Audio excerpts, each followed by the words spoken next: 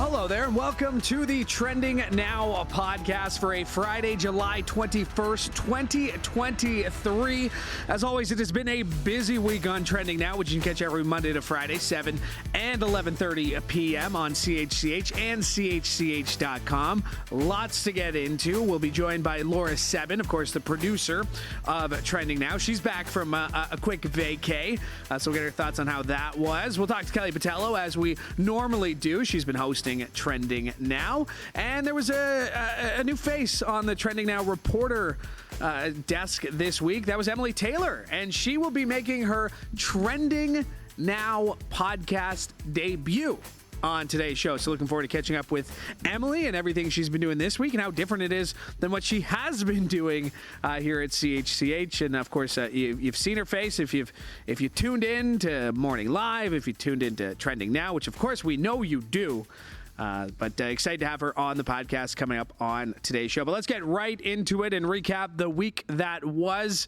And we will start in Winnipeg, Manitoba, where after 12 days, protesters remained peaceful as city workers took barricades apart at a blockade of a landfill after a judge's orders to shut it down. Now, a group began protesting outside the Brady Road landfill after the province of Manitoba said it would not support a search of another landfill in the area, which is suspected to contain the bodies of two Indigenous women believed to be murdered by the same man.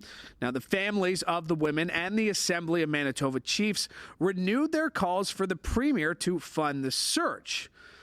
After that didn't happen, a group of Indigenous protesters set up camp along Brady Road over 10 days ago and called the blockade Camp Morgan. Now, in addition to the blockade, they also had a Manitoba's flag spray painted with the words "Heartless Heather" blowing in the wind on a makeshift flagpole. Now, the protesters are referring to Manitoba Premier Heather Stefanson, whose recent decision to not support the search of a nearby landfill prompted the blockade in the first place. Now, community members believe that the remains of two Indigenous women are buried at Prairie Green landfill. Morgan Harris and Mercedes Myron. And what Premier Stefanson said made me very hurt and angry. How can she say no? Because I know if it was her daughter or granddaughter, she would be out there looking, no questions asked. They've done acts of genocide against us since the beginning of time. And we are still here. We're not going anywhere. All we need to do is go find our women out in that landfill. Quit throwing trash on them. Now, Jeremy Skibicki has been charged with 4 counts of first-degree murder, in addition to charges in the deaths of Harris and Myron. He's also accused of killing Rebecca Contois, whose partial remains were found last year in the Brady Road landfill in Winnipeg. He's also charged in the death of a 4th unidentified woman that community members call Buffalo Woman.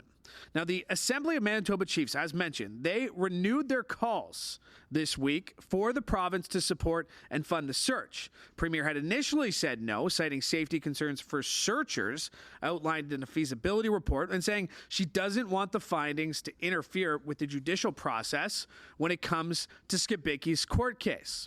Meanwhile, Crown Indigenous Minister Mark Miller said the federal government was in full support of the search, but it couldn't do it alone. And the Indigenous community says they need healing. Now, as mentioned, on Tuesday, the blockade had been removed and protesters remained peaceful as these city workers took the barricades apart, and police praised the group for their cooperativeness. Elsewhere this week, it took 5 thrilling sets and more than 5 hours to crown a champion in the men's final at Wimbledon on Sunday.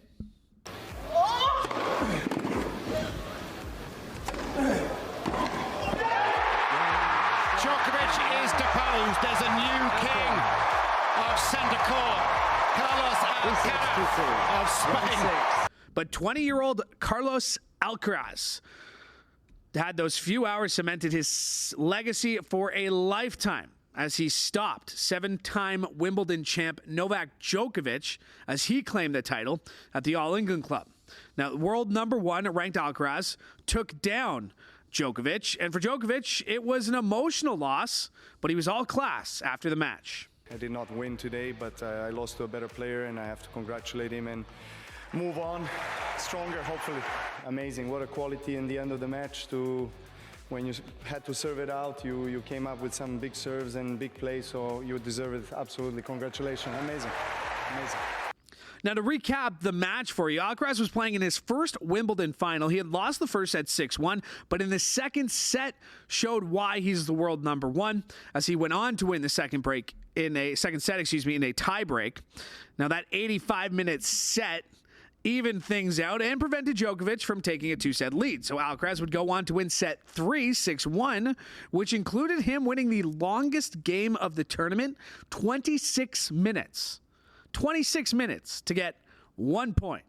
Now, the Joker would win the fourth set, but in number 5, Alcaraz turned on the juice as the Spaniard had precision taking it to Djokovic, completing the comeback after that first set loss and going on to stop Djokovic from winning his 5th straight Wimbledon. It was the first time Djokovic had been defeated at center court at Wimbledon since 2013, a span of a decade.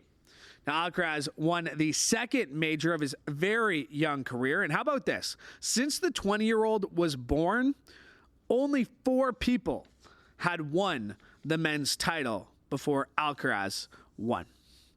Also happening this week in Ukraine, where Russian President Vladimir Putin called an attack on the bridge linking Crimea to Russia an act of terrorism. Now, a Ukrainian official said Kiev was responsible for the attack. The Kerch Bridge is nearly 20 kilometers long and is strategically important to Moscow. Now, it's the second time it's been attacked since Russia invaded Ukraine. Last fall, a fuel tanker exploded while crossing it. Now, the attack on the bridge has damaged the road it carries, but the railway line running parallel to it have not been damaged. Now, the bridge is an important resupply route for Russian forces occupying parts of southern Ukraine.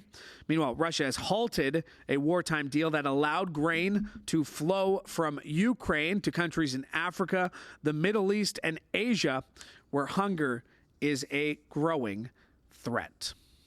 Now, a little bit closer to home once more, inflation in Canada fell in June to 2.8%, putting it within the Bank of Canada's target range for the first time in more than 2 years. That's good news, of course, but the cost of food is still high. Now, what caused the drop? Well, Statistics Canada says lower gasoline prices compared with last year helped lead the slowdown. The annual inflation rate was 3.4% in May, and the last time it fell below 3% was March 2021. So you may be thinking, inflation down, good news. Well, sort of. Canadians continue to pay substantially higher prices for groceries as prices rose 9.1% year over year, which is slightly faster than in May.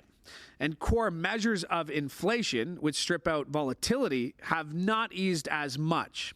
Now, the Bank of Canada pays close attention to its preferred core measures of inflation to gauge underlying price pressures. And these measures are still hovering around 3.5 and 4%. Now, earlier this month, the Bank of Canada raised interest rates again, in part because it's now projecting inflation to stay high for longer. Looking ahead, we continue to expect economic growth to moderate and inflation to ease. But this will take longer than we forecast in January and April. Now, the central bank said last week it expects inflation to hover around 3% over the next year before steadily declining to 2% by mid-2025.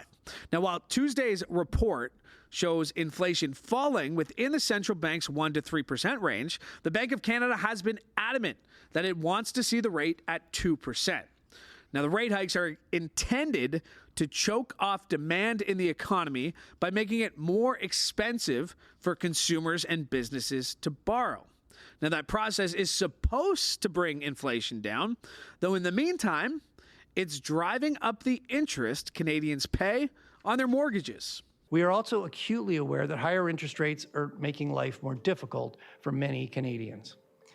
And we know many Canadians are asking, is the Bank of Canada done raising interest rates, or will rates need to go still higher to relieve inflationary pressures?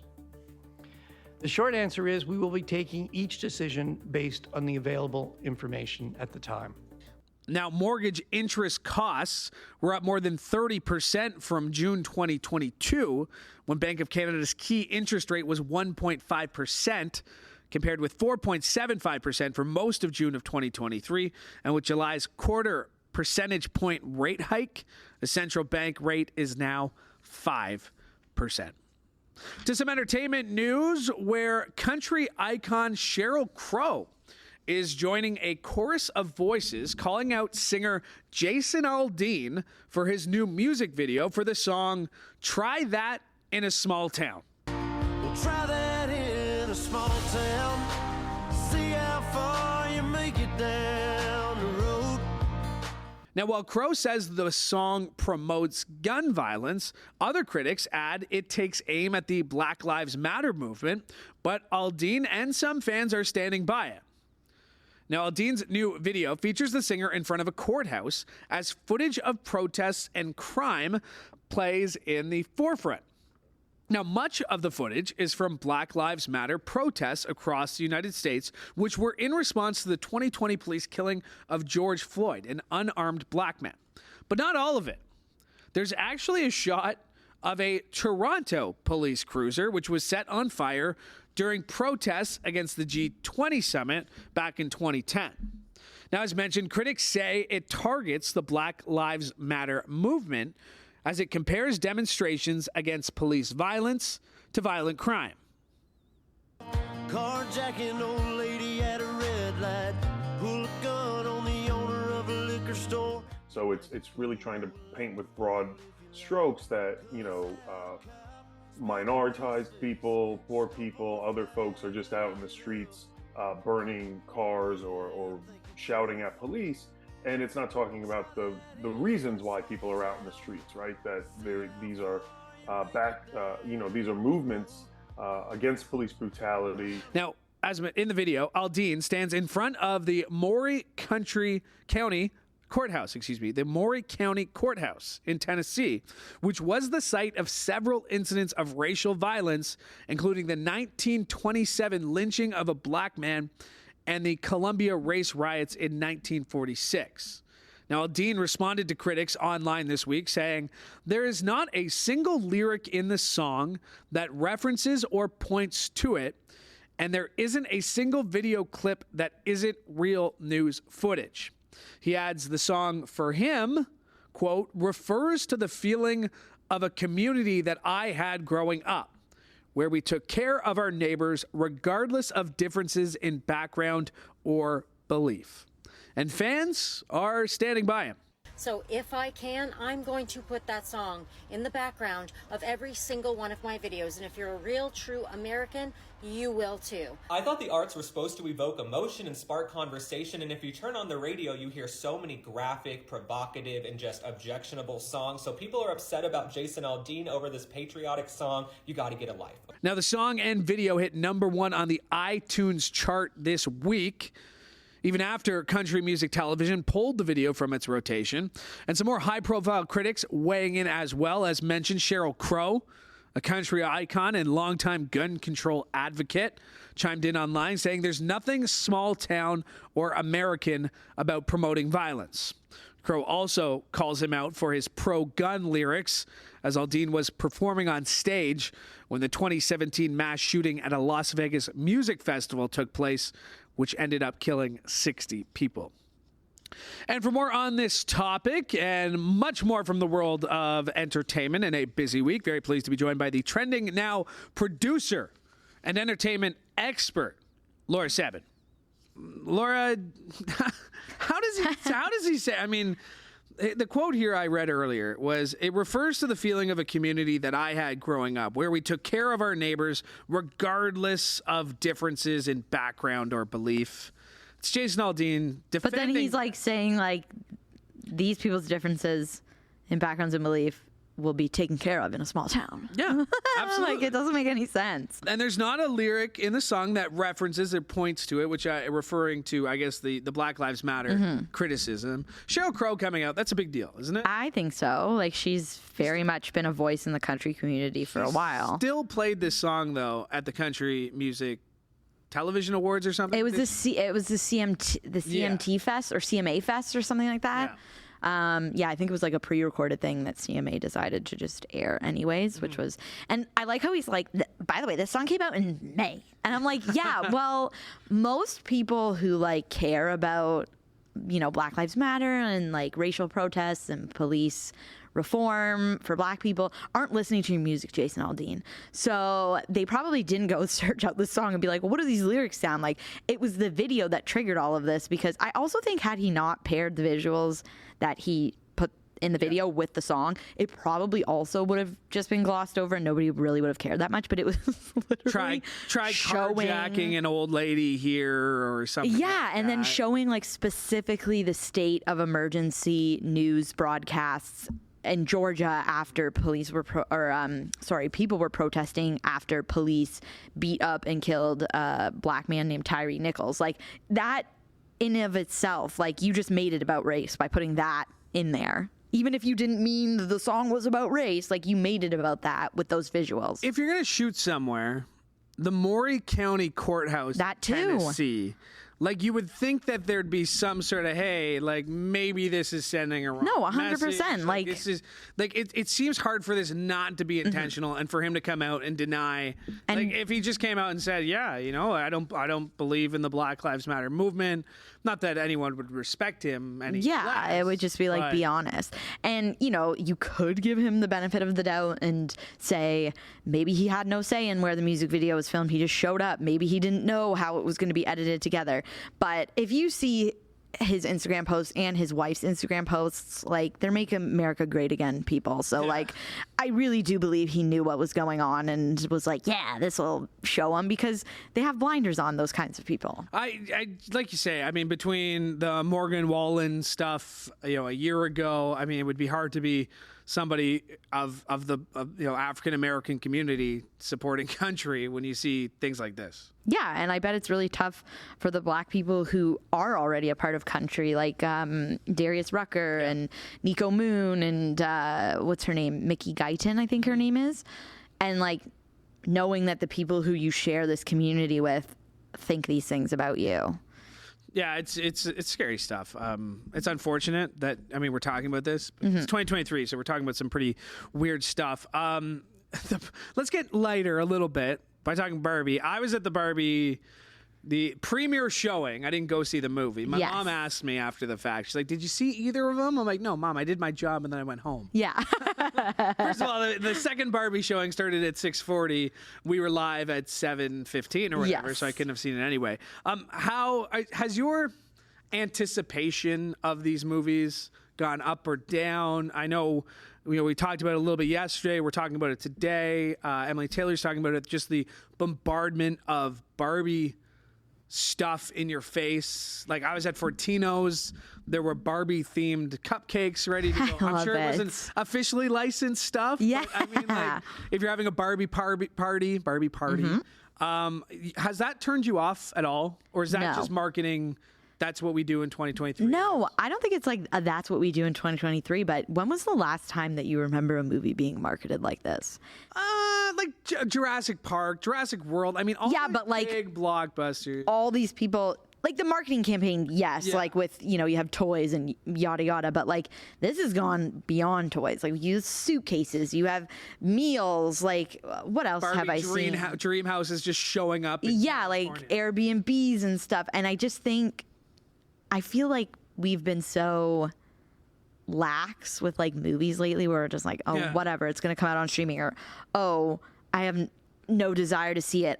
As somebody who goes to the movies all the time, because I still love that experience. I'm a movie theater girl. I think it's so awesome that this movie has like made people want to go see something in theaters. Whereas I don't think if they marketed it in the way that they did, people would have gone. Like, I think it really would have been one of those movies. Like, yeah, it would have gotten pretty good box office and people would have gone to see it, but a lot more people would have been like, I'm just going to wait until it comes on streaming, especially because it's a Warner Bros. Movie and they have that partnership with Max and like Discovery or whatever to put stuff onto streaming almost immediately.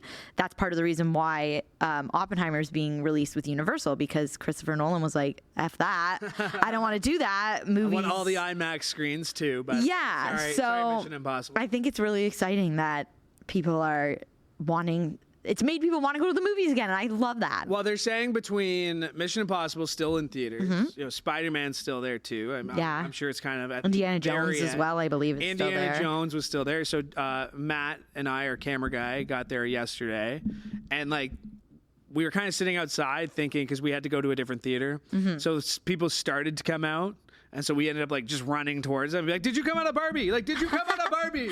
I was like, "There's like these older people," and they're like, "No, Indiana Jones." I was like, "Okay, all right, good." But we ended up setting up like right outside the theater. Yeah, Cineplex was great to us. They're like, "Here, it's gonna end at 5:50." They opened the doors, and I just like had to stop everybody and be like, "If somebody wants to talk about the Barbie movie on TV." Come here. So we had a couple people like they seem to really enjoy it. The one thing you and I were talking about yesterday, and I mentioned it in my pack on Trending Now, is the marginalizing men. It's misogynistic to men, and it's empowering women. First of all, that's not how the word misogyny is. That's how they defined. So it's misogynistic against men. It's not a thing. Hyper. It's was overly feminist. You know what? Sorry about it. Like, how many movies are filmed Superman. in the male gaze, and like the girl comes in and she's like big breasted and has tight clothes? Like, it's literally every movie. Even you could argue Barbie, Mission Impossible as well. Like, Tom Cruise definitely gives his female co-stars like more of a role than like the traditional. But they're always the old Bond girl. Yeah, but they're always, like traditionally pretty and thin and wear tight clothes and have like, it's in every movie. Go to any film class and they will tell you that literally 99% of movies are filmed through the male gaze. So suck a nut is what I have to say. Whoa! We're gonna have to bleep that. No, peanut. Yeah. Oh, that's what you meant. Oh, okay, that's what I thought you meant. No, but whatever. It's gonna be a big box office weekend, though. It is. Oppenheimer. All the boys, I'm sure, will be like, it was anti-Barbie, so I'm gonna go see Oppenheimer. It was very obvious watching because we were just hanging out. By the way, I bought myself some movie theater popcorn. I was gonna get a combo, but I talked myself out of it. I was like, if I can just do popcorn, because a combo with a bag of candy, a bag of popcorn, and a pop was $20. It has gotten expensive. That's not, and like it's the bag of candy that you can get like $2.50 from Dollarama. Yeah. The popcorn, I will always admit, like movie theater popcorn 10 out of 10. is top tier. Yeah. Is top tier popcorn. You cannot make it yourself. You cannot make it as good. You cannot layer the butter. Nope. Or whatever they put on it. A pop, you can go to McDonald's. Do you do get the extra? So I did the layered. You do the layered. You ask for the extra butter, but then do you go to the butter station? The butter station and add more. I did not. The fake butter station. That's the best here's one thing I told Matt yesterday. I have not seen a movie in theaters since the Spider-Man. The last one, like the one where the worlds collided. The Andrew, came in. Andrew Holland one, or no? Yeah, Tom Holland. Andrew Garfield. Whoa, spoiler! Some people might not have seen it. It's too late for that. Some people might not have seen it. You were away last week. You were in Cranbrook. How was that? It was awesome. BC, out in BC. I love BC. I get really emotional when I go visit my family because I just, you love your family and they live far away, so you don't get to see them very often. And my parents like to be like, you just went there last year. I'm like, and? Like, I want to go again. I miss them. Like, and there's a new baby in the family, so I got to meet her. Aww. And it was just a really nice, relaxing trip. It wasn't like a trip where, you go and you have a million things to visit and you're on like a schedule and whatever. I just went and I did whatever everybody else was doing. I was like, we could sit around and do nothing, or I could tag along if you guys go on a hike. I'm fine either way. I just want to hang out. Those are nice vacations. They are. Big plans for the weekend. That's pretty nice. Away for a vacation, back for 2 days, and then back on the weekend. I feel like I have something to do on Sunday. Not seeing Barbie and Oppenheimer, though. You have to wait till next week. Oh, I have a baby shower, my friend's baby shower. And How do you plan on avoiding spoilers? Well, we have a coworker who tweets out literally She says everything. she's not going to. I talked to her. I talked to her today. I talked to her. I know you unfollowed her. I threatened. No, I didn't unfollow her. I just muted her. Okay. I muted her on Instagram, on Twitter, and on Threads. She said she's going to give it a couple of weeks before she's going to give her an opinion on the movie. Yeah, that's fair. That's fine. Okay. That's okay. But yeah, no, I'll do what I did when I didn't get to see Avengers Endgame the first night. I just mute, like you can mute the words. So I'm just going to mute. Well, your job is tough to make that a possibility. I can go on the Trending Now Twitter to see the information that I need for work. I'll just mute it on my personal Twitter so I don't get All right. Well, good luck. If I do see the movie, I probably won't. But if I do see either of the movie, I'll be sure to try not to spoil it for you. Thank you. I appreciate it. No problem. It's only a week, so it should be doable. Laura Sebben, thanks for doing this. Appreciate it as always. All right, that's Laura Sebben. Let's get back to some of the news. Yesterday, the Commissioner of Correctional Service Canada said the transfer of notorious serial killer Paul Bernardo was found to be a sound decision that followed all the proper procedures. In Canada, our correctional system is fundamentally based on the rehabilitation of offenders, even if some remain incarcerated for the rest of their lives. This is our legislated mandate. Now, Commissioner Ann Kelly says Bernardo will remain in the Quebec medium security prison that he was transferred to earlier this year. And an 85-page review released this week shows that Bernardo's security classification was reviewed 14 times before the decision was made. There's no doubt that this inmate committed horrific and unspeakable crimes. Crimes that continue to have an immeasurable impact on the victims and their families. We want justice to be served, and in the case of this inmate, he was given the harshest sentence possible in our Canadian criminal justice system. I can assure you that we are doing our job by keeping him securely behind bars in a federal penitentiary. Now, Kelly says a review committee concluded that the decisions to reclassify and transfer Bernardo to a medium security prison were sound and followed all laws and policies. Now, Bernardo is serving an indefinite life sentence for the kidnapping, assault, and murders of 15-year-old Kristen French and 14-year-old Leslie Mahaffey in the early 1990s near St. Catharines, Ontario. Now, the 85-page review released shows Bernardo's security classification was reviewed 14 times between 1999 and 2022, and each time he met the criteria to be moved to a medium security institution. The review says he applied to be moved in June of 2022, but was denied after a security review found he failed to integrate with other inmates. Bernardo then worked with senior officials to become fully integrated within Millhaven Institution before his successful application to be moved to the La Macaza Institution in Quebec. Now, that facility offers treatment for sex offenders. Meanwhile, a statement from the French and Mahaffey family's lawyer says, in part, we do not accept that Paul Bernardo should have been transferred to a medium security facility on the basis of the reasons stated in the report and at today's news conference. My thoughts are with the victims and their families. We contacted all of the registered victims prior to this announcement, and I spoke directly to those wishing to discuss the findings of the review. What they have gone through is unimaginable. Public safety and their safety continues to be top of mind for us in any decisions we make. And making her debut on the Trending Now podcast is Emily Tayler. She's been the reporter all week this week, and I put you on the spot as we were walking in. I was like, what were your stories this week? I don't remember.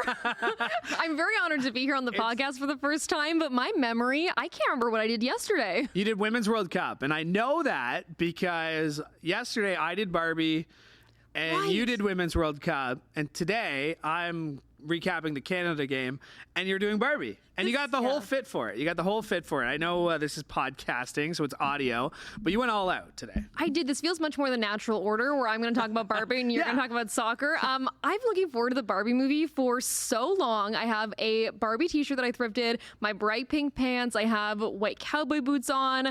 I'm so excited for Barbie. Are you seeing it tonight? Yes, I'm seeing it tonight with the rest of the station, actually. There's about 14 of us going tonight. There's a big crew going. The Late Show, too. It was going to be the 7 o'clock, but then they realized, some people on Trending Now, it was because I was like, please, I want to go so bad. Don't make it at 6 p.m. I have to be here for Trending Now. I know. You get to be here for Trending. I get to be here. It's an honor and a pleasure to be here for Trending Now. So this is a lot different from what you do every day. You're the morning live morning live reporter most of the time. That's we were talking about this at lunch. That's a tough shift.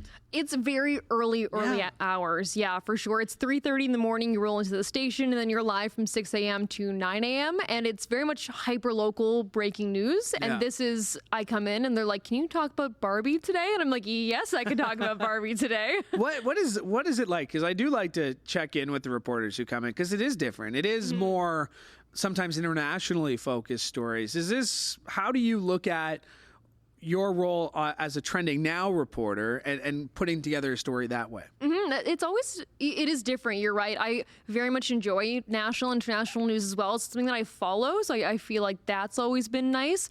And it's like a cool break, Like I'm so used to doing hyper-local stories, and I talk to a lot of like city councilors or local business owners and things like that. And then here, you're able to talk to almost anyone you want, right? I've spoken to people from the UK for this, for not this week, but in previous weeks I've been on Trending Now. I've spoken to people right across Canada, across the United States, in Southern America, like all of these different people who have such interesting perspectives. So I like to do it once in a while. I don't get to be here super often, but I enjoy it.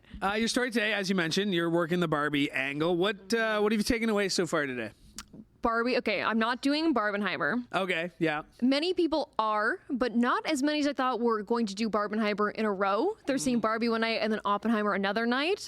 It is, to be fair, 5 hours of film altogether and just a wild ride of emotions. So I was telling this to Matt Ferrato yesterday because we were posted up out at the theater. I don't think, I struggled to sit through one movie. I don't know, my attention span, it's just killed. I could not imagine sitting down for 2 hours. Yeah. And I also, I have my stupid Apple Watch. I like to go for walks, right? I like to get up. I don't like to sit too long. Yep. 5 hours in a theater. In a theater, too. You can't even get up and pee. Nothing. Without missing anything. Yeah. In between. But, you're going to buy that giant pop. You're going to buy that giant popcorn. I'm going to have to miss some of the movies. Yes. No, 100%. Which is why I like watching movies at home. I haven't been to the theater in maybe a year, maybe 2 years, a very, very long time. I'm the same way. I like to watch movies at home and be able to pause it when I want to. Or rewind it because I was on my phone. I'm so bad at that if I'm watching a TV show or a movie. Just oh, wait, what was that? Sorry, I missed that? Return. Yeah. That and subtitles even sometimes. I'm like, I like subtitles. I love subtitles. And I like to be cozy, too. So I like to have, a nice little blanket, nice little lie down. You can't do that in the theater. Are you going to get popcorn or are you going to sneak in some snacks? I'm going to do both. You're going to do both? I'm going to do both. Yeah. I'm a big movie theater popcorn person, but I won't pay for snacks. Okay. Yeah. Because I was going to get a combo. Matt did not do a good job of talking me out of it. I was hoping he would. But I'm like, yeah, I'm going to get some popcorn. It's here. And we were there for 2 hours, right? Oh, so we got there at 5. The last hit for Trending Now was 7:30-ish. And so you just smelt popcorn the entire time. Oh, yeah. And then when we went to go do our last little bit for Trending Now, I went to go put my popcorn on an air hockey table and it fell. So all this popcorn fell over this air hockey table. So in between me coming back, I built my pack. I'm trying to clean it up. And I could see the staff looking at me, and I'm I'm not gonna leave it. I'm not that person who's. But I have to go do a live hand. I swear I'm coming back. Exactly. So I'm picking up handfuls at a time, and then I got Alex in my ear being 30 seconds. I'm okay, throw the popcorn. No, I cleaned all of it up though. Very good of you. What are your plans for the weekend? Barbie's the biggest one. Yeah. I'm not doing Barbenheimer.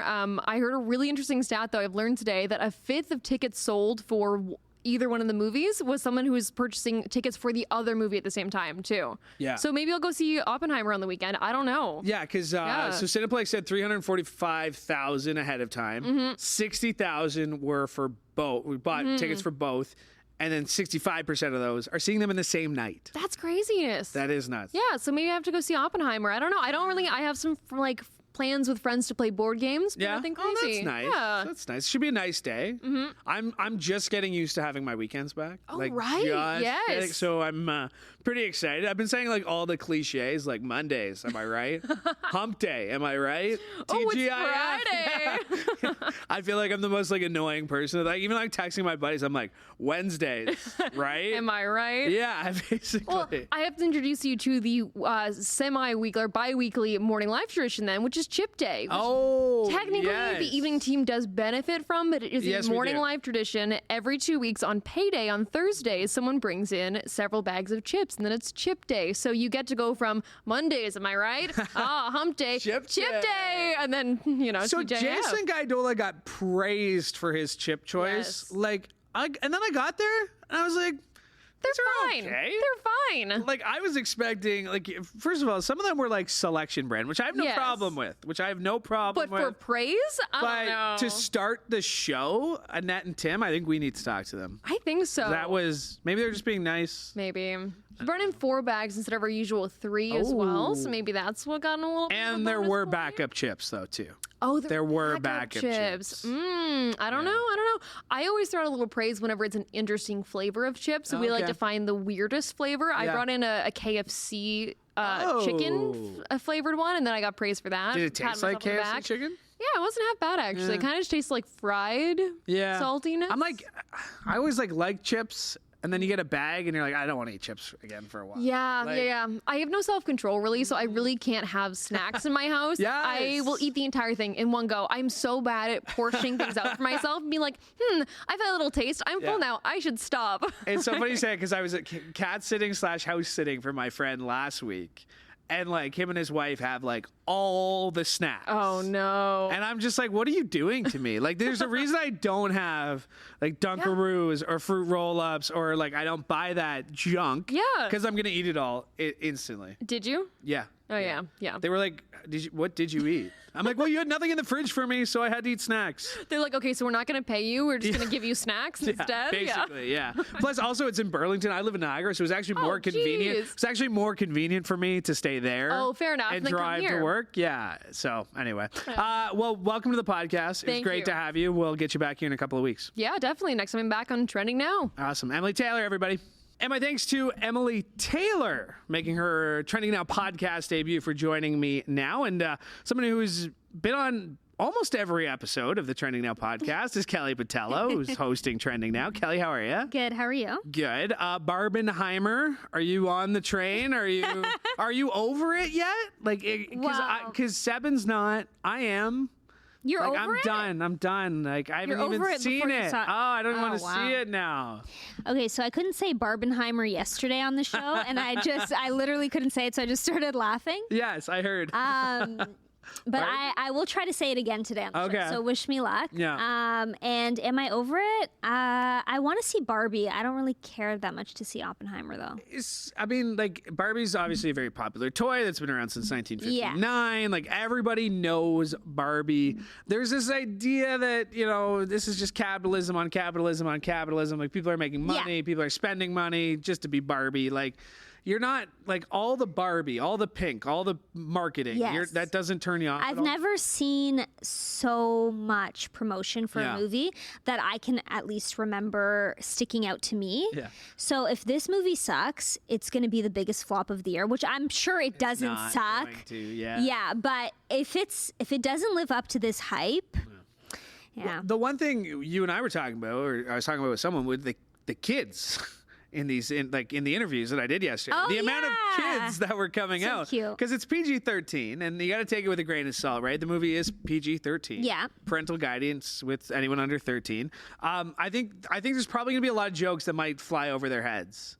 Oh, for sure. But the kids I did talk to, they really enjoyed it. Like, they thought it was a lot of fun. They again, I think there were probably some jokes, probably some of the messaging, because we've heard some of the messaging about, I saw some complaints.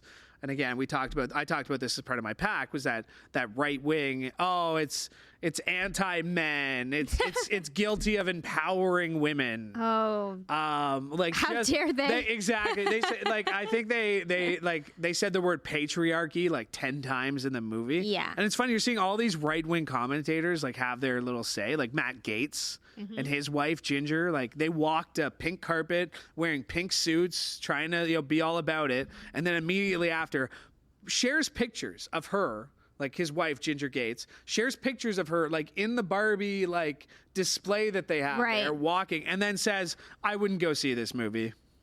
And she called for a boycott because there's no faith or family in the movie. It's about a plastic toy. And she called Ken, the Ryan Gosling character Ken, a low T individual. So a low testosterone, sort of a pushover male. Oh, wow. Okay.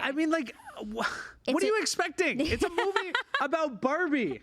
Ken has always been the sidekick. You expecting exactly. Ken the movie to is be about the hero? Barbie, not about Ken. Yeah, and they said the Mattel, the way that they kind of reference the CEO is Will Ferrell's character is the CEO of Mattel.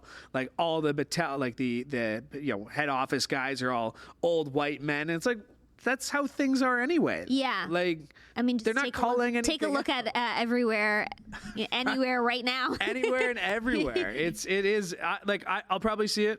I don't know if I'll see it in theaters, just because I'm not a big movie theater guy.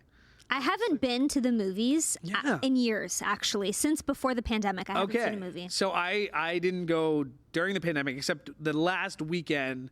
Or the last week, Spider-Man was playing. Oh, okay. And I saw it by myself at 10 a.m., 2 days before the movie theaters were closing because of COVID again. So it was that December where everything was shutting down again. So I'm I have to see this movie. I have to see this movie in theaters. So I went to, because you couldn't buy snacks at the time. So I went to Bogburn and Dollarama, stuffed my pockets, sitting by myself in the movie theater, which I'd never done before, gone to a movie by myself, which is fine, by the way.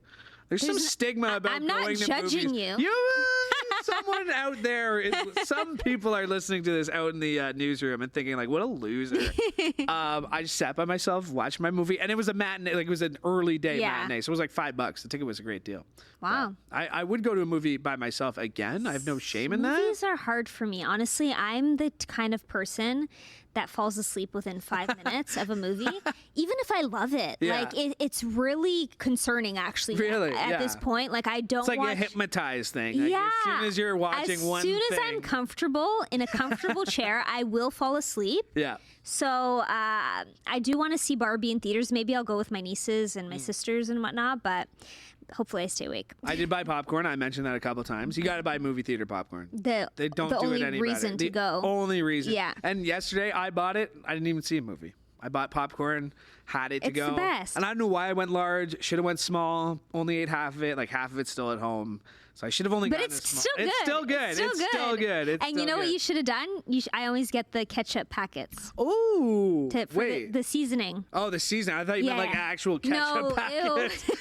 Just opening ketchup and squeezing it in. The little seasoning packet. Okay, ketchup. That's my favorite one, yeah. All right, good to know. Big plans for the weekend? No. That's nice. Yeah, how about That's you? always nice. I am throwing out the first pitch at the Hamilton Cardinals game tonight. So I have been freaking out about this all day, all week since our boss asked us on Monday. That's scary. Yes. And we're hoping, and I got lucky in the sense that our coworkers are either going to the Barbie movie or going to the Ticats game. So they're not going to watch nobody's going to watch, as opposed to our friend Adam Atkinson, who's throwing out for the Brantford Red Sox. And our boss is like, we have 30 tickets to come see Adam throw out the first pitch. So I'm not a lot of, I feel the pressure just because I used to play baseball. Yeah. But I've been but practicing. at least you used to play baseball. It's been a while though. It's been high school is when I last through an actual. What's baseball. the worst that can happen? You just completely miss? Yeah. But it's on, so I think it's on Cable 14. I'm assuming most Cardinals games are at home. So I'm hoping they don't need to show that, and I'm hoping we don't send a camera because it could be very bad. If it's good, then I'm going to tell everybody that you missed the best first pitch ever. And we'll never know. And you'll never know. You'll never know. So I'm looking forward to that, but that's about it. I'm actually going to keep it a little low key this weekend. It's my first weekend off where I don't really have anything planned. Like last weekend was my first weekend, and I had like plans Saturday and Sunday. Yeah. So I'm actually looking forward to doing nothing this It's the best. Isn't it, though? I'm really much looking forward to it. Kelly Botelho, thanks for doing this. Appreciate it as always. Thank you. My thanks to Kelly, my thanks to Emily Tayler, and my thanks to Laura Sebben, and you as well. We are back next week on a brand new episode of the Trending Now podcast. Join us then from all of us here at CHCH. I'm Louie Butko. Hoping you have a great weekend.